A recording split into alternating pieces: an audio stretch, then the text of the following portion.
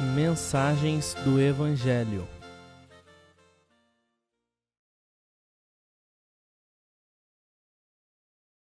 Capítulo 1. Pergunta. João 12:32 diz que se levantarmos o Senhor em nossas reuniões, todos serão atraídos a Ele.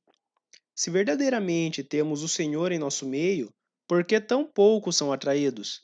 Por que entre nós há tão poucas bênçãos na pregação do Evangelho? Vamos abrir nesta passagem em João 12 e ler os versículos 31 e 32. Agora é o juízo deste mundo. Agora será expulso o príncipe deste mundo.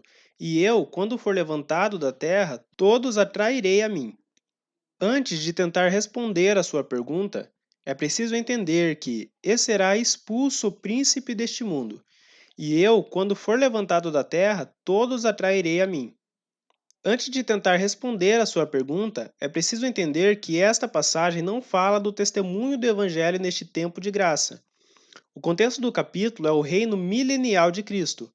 O Senhor tinha vindo a Jerusalém e estava sendo recebido pela multidão que clamava: Hosana, bendito o Rei de Israel, que vem em nome do Senhor. Verso 13. O povo esperava que ele estabelecesse o reino e reinasse em poder e glória. Os gentios são também mencionados como tendo ido à festa para adorar, o que é outro importante aspecto do reino milenial. Zacarias capítulo 2, verso 11, Isaías capítulo 14, verso 1, capítulo 56, verso 6, Salmos capítulo 47, verso 9, capítulo 72, verso 10 a 11. O Senhor viu que para que tudo isso se cumprisse, ele deveria cair na terra e morrer, tal qual o grão de trigo. Verso 24. Morrendo, ele daria muito fruto. A verdade é que esta era a verdadeira razão de ele ter vindo, a esta hora. Verso 27 ao 30. Mas se ele fosse levantado sobre a cruz em rejeição, sua promessa era de que haveria um dia quando ele atrairia a si todas as nações do milênio. O mundo estava prestes a crucificar o Senhor, mas ao fazê-lo estaria condenando a si mesmo. Por isso o Senhor disse: Agora é o juízo deste mundo. Portanto, esta passagem não está falando de crentes levantando o Senhor no testemunho evangelístico, mas de incrédulos que o levantariam na cruz em escárnio. O versículo seguinte, 33, confirma isto. Ali diz: E dizia isto, significando de que morte havia de morrer.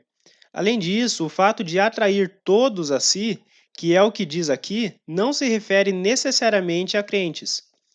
No milênio, quando todas as nações da terra se posicionarem ao lado do Senhor, muitos nem sequer terão fé. A passagem não poderia estar se referindo às campanhas evangelísticas que hoje ocorrem na cristandade evangélica, pois mesmo as maiores e mais bem-sucedidas campanhas não chegam sequer perto de atrair todos ao Senhor. Entendo que isto não responda a sua pergunta, mas achei ser importante sabermos que a passagem citada na pergunta não está se referindo à campanha evangelística, e acredito que entendi perfeitamente a sua pergunta.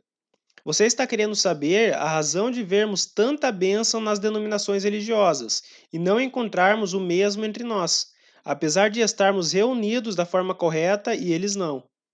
É uma boa pergunta e merece uma boa resposta. Resposta.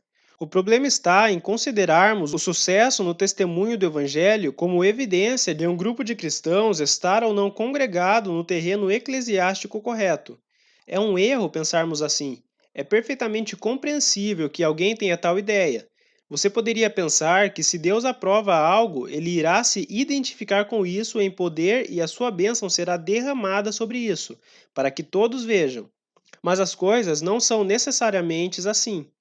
Acredito que existe uma boa razão para ocorrerem muitas bênçãos na pregação do Evangelho nas igrejas evangelísticas em nossos dias, e relativamente poucos resultados entre aqueles congregados ao nome do Senhor.